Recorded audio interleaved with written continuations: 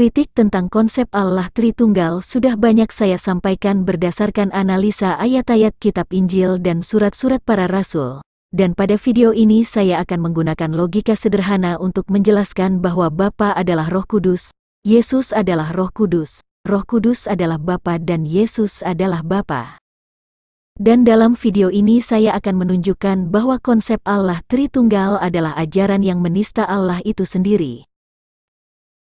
Yang saya kritik dalam iman Allah Tritunggal bukan istilah Tritunggal, tetapi konsepnya yang mengatakan Allah terdiri dari 3 pribadi yang berbeda yaitu Bapa, Anak dan Roh Kudus.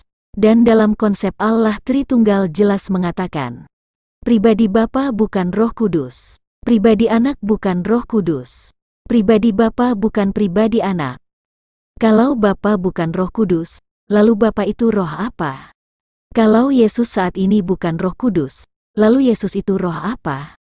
Atau, apakah saat ini Yesus masih manusia? Apakah Anda tidak percaya bahwa Bapa itu adalah roh? Kalau Bapa itu adalah roh, bukankah Bapa itu adalah Roh Kudus?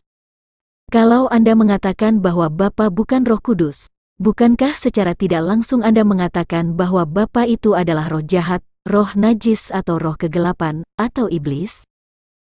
Apakah Anda tidak percaya bahwa Yesus saat ini adalah roh? Kalau Yesus saat ini adalah roh, bukankah Ia adalah Roh Kudus? Kalau Anda mengatakan bahwa Yesus bukan Roh Kudus, bukankah secara tidak langsung Anda mengatakan bahwa Yesus adalah roh jahat, roh najis, roh kegelapan atau iblis? Kalau Anda mengatakan bahwa Bapa dan Yesus adalah Roh Kudus tetapi bukan pribadi Roh Kudus, dan Anda tetap mengatakan bahwa pribadi Bapa bukan pribadi Yesus dan bukan pribadi Roh Kudus, apakah Roh Kudus ada 3?